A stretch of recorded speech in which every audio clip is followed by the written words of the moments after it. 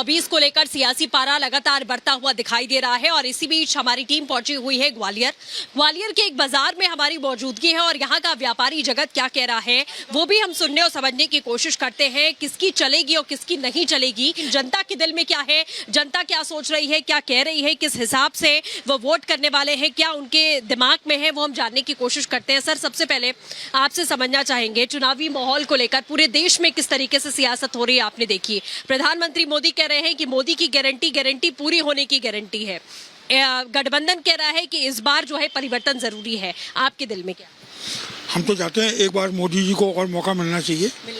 जो उनके काम बाकी रह गए हैं और जो वारंटियाँ बाकी रह गई पूरी करें और विश्वास है जो अभी किया है वो आगे भी करेंगे। हम इसमें कांग्रेस का विरोध नहीं कर रहे, लेकिन हम चाहते हैं कि एक बार देश को पूरा पार्टी को मौका दिया जाना चाहिए।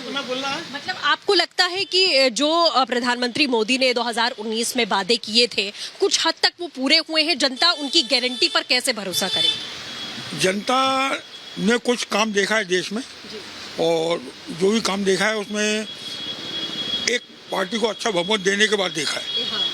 इसलिए जनता ये समझ गई है कि विपक्ष भी बहुत अच्छा होना चाहिए और पार्टी को जिसको बहुमत दें उसके बाद बहुत अच्छा बहुमत होना चाहिए जिसके उसको काम करने में, अपनी गारंटियाँ पूरे करने में कोई रोक नहीं लगे। मतलब आपको लग रहा है कि एक बार फिर से मोदी जी की चलने वाली है?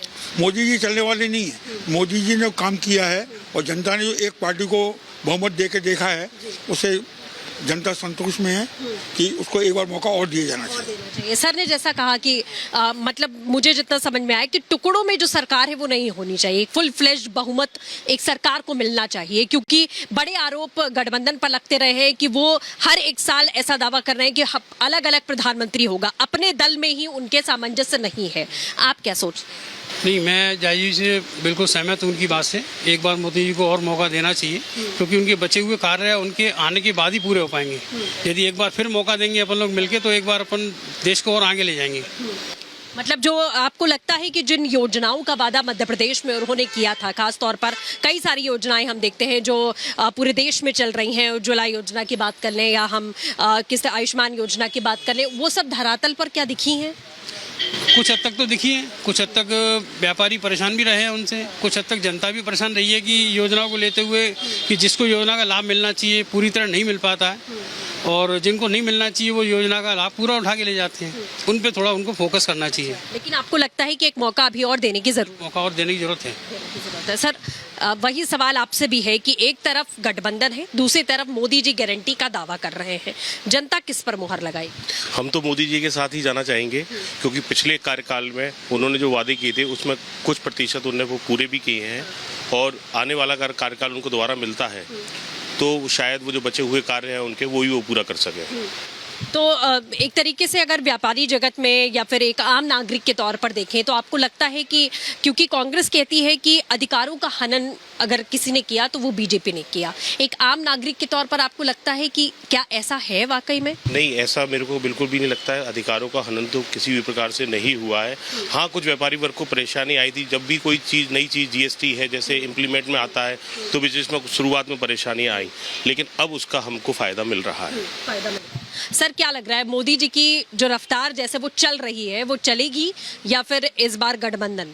जनता मोदी जी के साथ में, मोदी जी के कार्यक्रमों की प्रशंसा हो रही है और व्यापारी तो हमेशा से बीजेपी का रहा है। बीजेपी को सपोर्ट इसलिए व्यापारी करता है, कुछ नीतियां जो गुंडा राज्य है, जो फालतू के असामाजिक तत्व हैं, उनसे बीजेपी के लोग अपने से लगते हैं। मतलब ऐसा नहीं लगता कि ये अपने पराये से।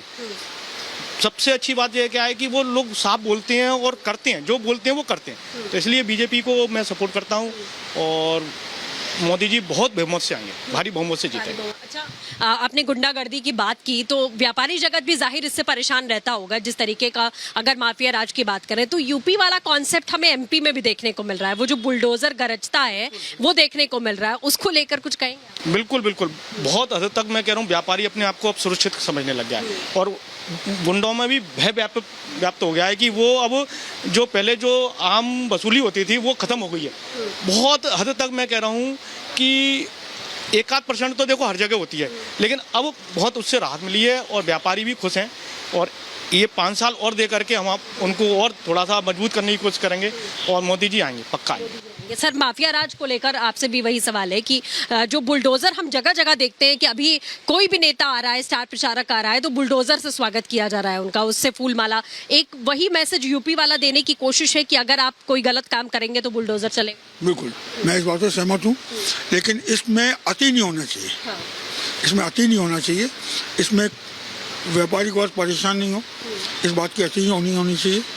जो ऐसे काम हैं, रेप केस हैं या किसी का मर्डर कर दिया गया, ऐसे लोगों को इस टाइप का दंड मिलना चाहिए